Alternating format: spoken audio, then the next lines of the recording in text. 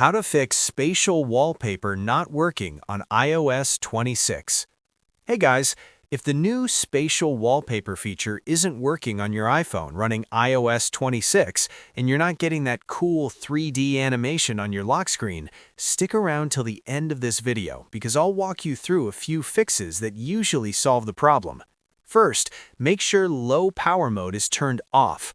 Open the Settings app, go into Battery, scroll down to Power Mode and disable Low Power Mode. This feature is designed to save battery by limiting certain background effects, and one of the things it can disable is the spatial wallpaper. Once you turn it off, lock your phone and check if the 3D effect starts working. Next, let's refresh the spatial wallpaper setting itself. Open Settings again, scroll down and go into Wallpaper.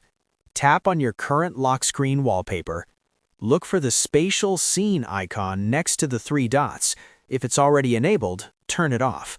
Wait about 5 to 10 seconds and then turn it back on. This simple toggle can reactivate the feature and fix the issue.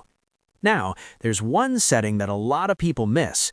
Open Settings, scroll down to Accessibility, then tap on Motion. If Reduce Motion is turned on, disable it completely.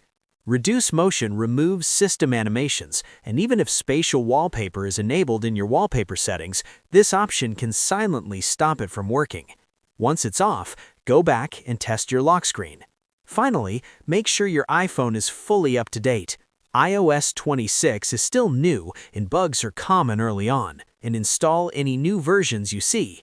Many of these issues get fixed in minor updates. If any of these helped you, don't forget to like and subscribe. I'll see you in the next video.